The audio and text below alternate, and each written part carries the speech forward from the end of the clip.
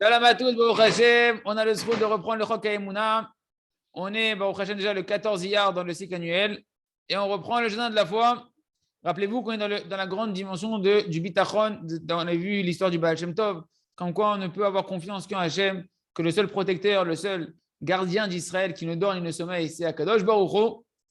Et donc, venez, on va entreapercevoir maintenant cette dimension-là sur le sentiment qu'on a tous en tant que parents de vouloir protéger nos enfants, de garder nos enfants, surveiller nos enfants. Par exemple, il y a des parents qui sont constamment angoissés dans le souci de leurs enfants. Ils sont angoissés pour leurs enfants constamment.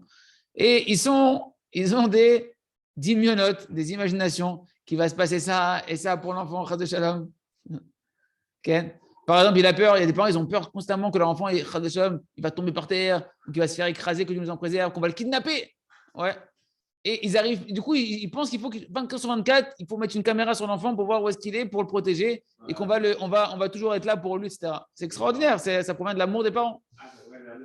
Mais à cause de ça, les parents, ils n'ont plus de vie. Leur vie, c'est plus une vie. Et les enfants aussi, ils n'ont plus de vie. Ça leur fait un dommage. Et vous savez, c'est quoi le plus grand dommage qui range, le plus grand endommagement qui rentre chez les enfants? C'est quoi? C'est qu'en réalité, ça leur diminue leur confiance qu'ils ont en Kadosh Baruch Hu. Et ils se disent toujours, il faut que c'est mes parents qui me protègent. C'est mes parents qui me protègent. Ils ne pensent plus qu'Hachem les protège. Pour eux, c'est leurs parents. Leurs parents, c'est leur protection. Et ça rentre dans les enfants de l'hérésie. Qu'ils n'ont plus confiance en Kadosh Baruch Hu, ils ont confiance en leurs parents. Des enfants qui sont après manquants dans leur émouna. Après, ils vont devoir travailler pour leur émouna. Ken. Et ça, non seulement ça leur enlève de la confiance en eux-mêmes, Ken, et ça leur enlève également la confiance en Kadosh Baruch Hu. Kadosh Baruch Hu, il les protège à chaque instant. Hachem nous protège à chaque instant. Et en plus de ça, c'est que leur souci, ça, t'as beau te soucier du bien-être de tes enfants, ça ne va rien changer. Tu ne vas rien ajouter comme bénéfice pour tes enfants par tes soucis. Ça peut faire que des dommages.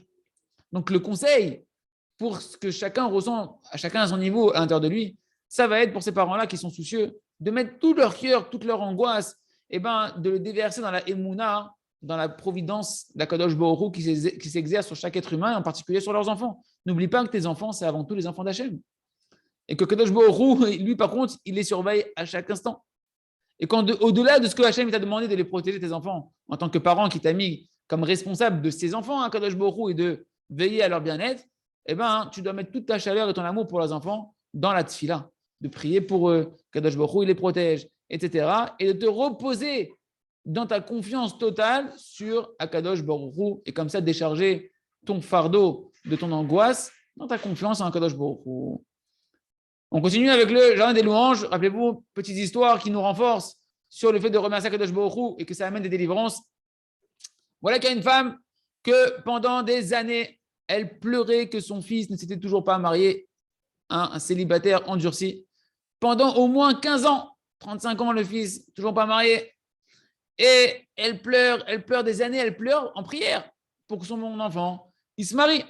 Et au final, elle a entendu les cours sur le remerciement, etc., de remercier sur le mal comme sur le bien. Et elle a commencé à dire, regarde, ça fait 15 ans que je pleure. Ça ne marche pas. Ça ne marche pas. Elle dit, c'est quoi, je vais faire que dire merci maintenant. Et elle a jeté sa tête. Elle a commencé à faire dire que merci à Kadosh Baruch Hu, merci Hachem que j'ai un enfant, et merci pour tous les chassidim que tu nous as fait, et merci que mon fils ne s'est pas marié. Toi, tu sais ce que tu fais à Kadosh Baruch Hu, si tu ne l'as pas encore marié, c'est ce qu'il y a de mieux. Et comme ça, pendant une bonne période, elle a commencé à remercier Kadosh Baruch Hu tous les jours. Et Baruch Hashem, son fils, il s'est marié. Elle est arrivée à la conclusion que pleurer ne servait à rien. Elle a pleuré, il ne s'est rien passé. Elle a arrêté de pleurer, elle a remercié et elle a eu des délivrances.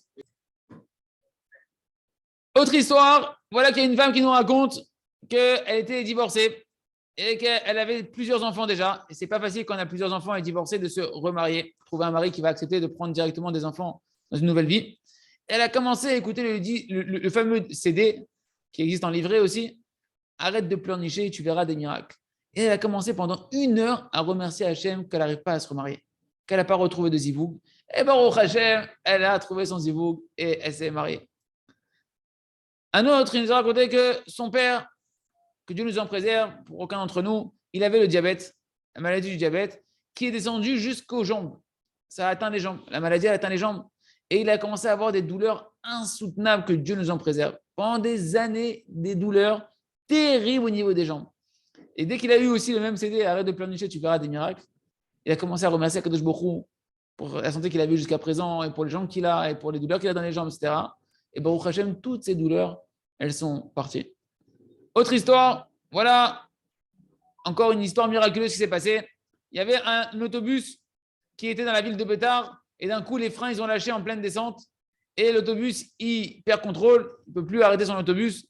Et Hachem, il a fait déjà un miracle extraordinaire, c'est qu'il a percuté personne, sauf à la fin, où il y avait une voiture qui était stationnée sur l'endroit où le bus, il allait se scratcher à la fin.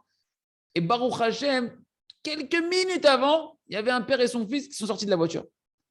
Et ils sont partis voir le père et le fils. Ils ont dit, mais qu'est-ce qui s'est passé? Comment vous avez eu un miracle comme ça que putain, vous êtes sortis sans voir le bus?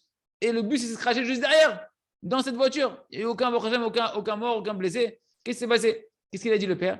Il a dit, c'est parce que j'écoute constamment les cours du Rav Shalom Harouche qui m'a appris à remercier constamment Akadosh Baruch Hu. Et je sais qu'Hachem, il m'a sauvé par rapport au fait que j'ai toujours remercié Akadosh Baruch Hu sur le bien comme sur le mal. Et les amis, c'est comme ça qu'il plutôt quelqu'un qui remercie Akadosh Baruch Hu, il commence à avoir des miracles, il commence à avoir une providence qui rattache à Akadosh Baruch Hu, à l'amour d'Akadosh Baruch Hu. Hachem, on continue encore quelques histoires pour terminer ce chapitre dans les prochains shiurim. Merci Hachem. Chacun qui se renforce à remercier Akadosh Baruch Hu, remercier Akadosh Baruch Hu sur le bien comme sur le mal. Et bien Hachem, vous verrez chacun d'entre vous, vos yeux vont se dessiller et vous verrez de plus en plus de miracles. Merci Hachem. On continue avec le livre à travers champs et forêts. Rappelez-vous, on est en train d'apprendre à faire leurs disbos des doutes sans se culpabiliser, d'apprendre à rester bessimcha même après les chutes, d'apprendre à rester joyeux même après les échecs, même après des fautes. Et on est dans le conte de Rabbi Nachman, où Rabbi Nachman nous a dit que le roi a dit à son fils unique, à qui il a donné la royauté de son vivant, maintenant il lui a dit, sache que j'ai vu que tu vas tomber de la royauté, j'ai vu que tu vas dégringoler. Et force de ne pas être triste, parce que moi je serai bessimcha, reste bessimcha quand tu vas tomber. Regardez les mots de Rabbi Nachman, même quand tu seras triste, il lui dit, même si tu veux être triste, allez, t'es tombé, tu veux être triste, malgré tout, je serai bessimcha moi. Le roi, il dit, malgré tout, même quand tu es triste, déjà, d'abord, je veux que tu restes bessimcha quand tu es tombé. Et même si quand tu es tombé, tu es triste, moi, je reste bessimcha. Le roi, il est toujours bessimcha. Hachem, il est toujours bessimcha. Que tu tombes ou que tu ne tombes pas, que tu es joyeux, tu n'es pas joyeux, Hachem, il est bessimcha. Pourquoi je serais bessimcha, il dit le roi? Je serais bessimcha que tu n'es plus roi. Parce que tu n'es pas digne d'être roi. La preuve, tu ne sais pas te maintenir dans la joie quand tu parles à la royauté, c'est le signe que tu ne mérites pas la réussite. Écoutez bien, c'est Pélé, c'est Hatsoum, c'est très profond ce qu'il dit Rabbi Nachman ici. Le fait que tu n'es pas bessimcha, que tu as perdu de la royauté, que tu as chuté de la royauté, ça montre en fait que tu n'es pas digne d'être roi. Et sur ça, je serais joyeux. Hachem, regardez comme il voit toujours un point positif. Ok, il a perdu la royauté, il est triste. Mazal tov que tu n'as pas la royauté parce que tu ne peux pas être un bon roi si tu ne sais pas rester joyeux quand tu perds la royauté. Pourquoi? On va expliquer. Le roi ici, en fait, il nous donne un message clair. Qui est digne de régner? Qui est digne de réussir? Seulement celui que quand on va le faire chuter, quand on va le faire tomber, qui sait rester joyeux, celui-là, il est digne de régner. Et c'est quoi l'examen? Est-ce qu'un homme, il est digne de la royauté ou pas? C'est pas est-ce que tu vas tomber ou pas tomber de la royauté. Hachem, il a dit, j'ai vu que tu vas tomber.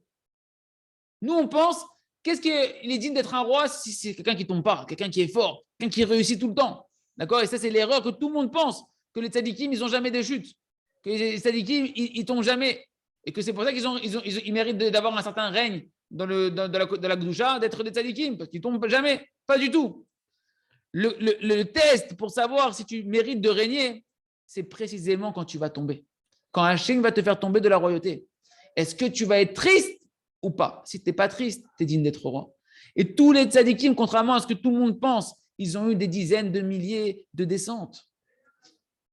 Et c'est simplement parce qu'ils se sont maintenus dans la joie au moment de leur descente qu'ils ont pu monter au niveau qu'on les voit aujourd'hui. Et sur ça, Rabbi Nathan, il disait à ses élèves que chaque tzadik, il a mérité son niveau uniquement. Chaque tzadik, il citait ce tzadik-là. C'est pourquoi il a eu ce niveau-là? Parce qu'il avait tant de renforcement dans ses chutes. Il savait se renforcer à tel niveau. Et celui-là, etc. Plus un tzadik, il arrivait haut, il disait Rabbi Nathan, c'est parce qu'il avait une force de renforcement et de rester bessimcha dans les chutes plus grande que l'autre. Et il a dit pareil. Moi, comme vous me voyez, moi aussi, tout ce que vous me voyez, que vous pensez que j'ai mérité énormément et même plus que vous, c'est uniquement parce que j'ai été avec beaucoup de renforcement et beaucoup de joie malgré que j'ai dû traverser des descentes. Et si vous allez avec mon renforcement, comme moi, il a dit Rabbi Nathan, vous pourrez mériter d'être encore plus grand que moi.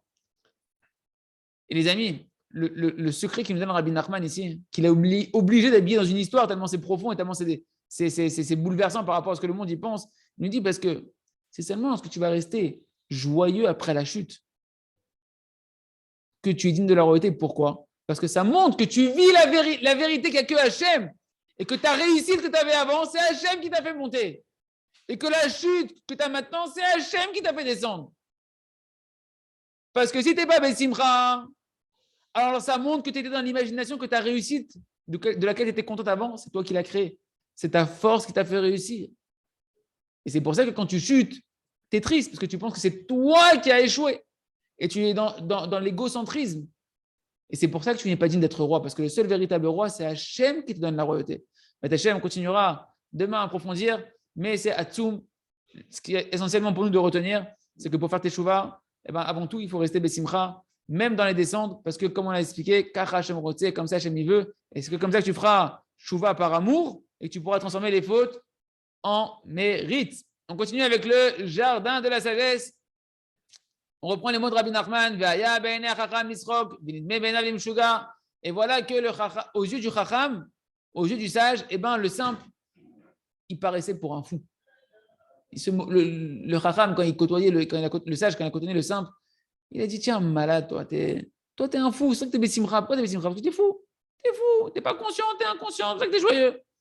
Et Rabbeinu, il écrit dans l'écouter Moharan que cette qualité de vouloir avoir raison. Parce que là, le chacham, en gros, il est venu, le simple, il est venu lui démontrer qu'il se trompe de chemin. Regarde, tu devrais être tout le temps joyeux et pourtant tu es tout le temps triste. C'est n'importe quoi. Apprends de moi que moi, j'ai rien et je suis tout le temps joyeux. Et tu vois que le chacham, il n'accepte pas la réprimande. Il dit, non, mais toi, tu es joyeux parce que tu es un fou, toi. Toi, tu es un cinglé, c'est pour ça que tu es joyeux. De là, on apprend ce qu'il dit Rabbi Nachman, que la qualité de vouloir toujours avoir raison, de vouloir vaincre l'autre, elle ne supporte pas la vérité. Le simple, il vient, il lui dit la vérité en face. Il ne peut pas supporter la vérité. Et celui que toute sa volonté, c'est de gagner, de vouloir toujours avoir raison, alors celui-là, il est toujours en marloquette, toujours en controverse sur la vérité. C'est seulement... La reine, non, il nous dit c'est pourquoi celui qui veut que avoir toujours raison, montrer qu'il est toujours plus intelligent que les autres, etc., celui-là, il peut être prêt à perdre sa vie, que Dieu nous en préserve, pour montrer qu'il a raison. L'essentiel, c'est que je gagne. Et au final, c'est lui qui perd ici. Il ne sort pas vainqueur, il perd. Parce que ce n'est pas possible de s'entêter et de rester avec des grandes erreurs et de réussir dans la vie. À un moment donné, la vérité, elle ressort. Mais celui qui veut la vérité, celui-là, il est constamment prêt à accepter ses erreurs. Il peut reconnaître ses erreurs constamment et il est heureux de réparer ses erreurs. Même si c'est quelqu'un de plus petit que lui qui vient le remettre en place, peu importe. Parce que Chachamim, qu'est-ce qu'ils ont dit? C'est qui le sage véritable? C'est celui qui sait apprendre, celui qui sait apprendre de tout homme. C'est la quoi de tout homme? Même d'un plus petit que toi, qui te fait prendre conscience que tu fais une erreur. Un enfant, il dit, ouais, papa, pourquoi tu m'as créé comme ça? C'était n'importe quoi, t'as pas le droit de me créer comme ça. Il a raison, t'as pas le droit de lui créer comme ça dessus. Reconnais ton erreur. C'est un petit enfant de 5 ans, c'est ton enfant, etc. Il a raison, c'est démesuré. C'est disproportionné. Reconnais ton erreur. C'est ça être racham. Un racham, c'est celui qui apprend de tout homme. Parce que tu es dans la recherche de la vérité. Et tu es content de voir la vérité. Et en réalité, chacun il doit être prêt à accepter des milliers de hontes pour arriver à la vérité. Et comme ça, Béhémet, il réussira véritablement, il sera le vrai vainqueur dans sa vie. Parce qu'à chaque fois où il va se tromper et qu'il va déceler une erreur et qu'il va reconnaître son erreur, alors il va pouvoir comme ça la réparer. Il va réparer et il va réparer. Et au final, il va faire que réparer d'erreur en erreur, il va réparer. Et au final, il ne va plus retomber dessus et il va être quelqu'un qui va être quelqu'un de réparé, quelqu'un de réussi, quelqu'un de construit, Béat Hashem.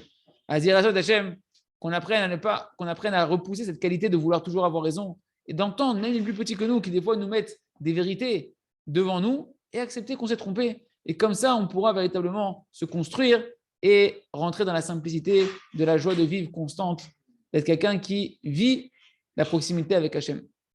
On continue avec le Sefer. Or Chadash al Tzion ta'ir v'niske kulano b'mera le'oro. Donc, les amis, la manière d'étudier qu'il faut qu'on s'imprègne, c'est d'aller avec le chemin que Rabbi Nachman de Breslev nous a enseigné, qu'on a vu jusqu'à présent. C'est-à-dire quoi? D'avoir une étude méthodologique et de revoir chaque jour les conclusions qu'on a tirées de notre étude sur le sujet dans lequel on veut progresser, afin de ne pas laisser l'oubli nous gagner et d'oublier ce qu'on a clarifié dans la vérité. Et l'essentiel en réalité des bénéfices que tu vas tirer, c'est lorsque tu vas revoir. C'est la chazara. C'est le fait de relire encore et réétudier encore la même chose, pas des nouvelles choses. Les points que tu as déjà clarifiés.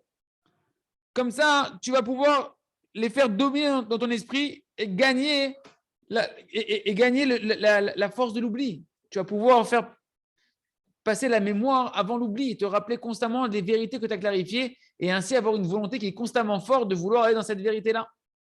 Et c'est ce qui est marqué en fait dans la Hakdama, dans l'introduction du Messilat Yesharim qu'on va revoir ensemble.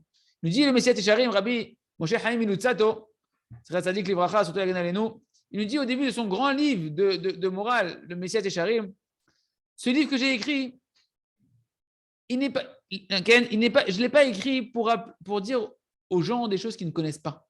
Ce n'est pas un livre pour dire des choses que tu ne connais pas. J'ai écrit ce livre-là pour rappeler aux gens ce qu'ils connaissent, qui est connu de tout le monde, des idées qui sont évidentes. Mamash, et tu ne trouveras pas dans la plupart de mes paroles, il dit le Ramchal, tu trouveras des choses que tout le monde connaît déjà. Et que les gens, ils n'ont pas de doute là-bas. Il n'y a aucun doute, c'est vrai, on le sait, c'est vrai.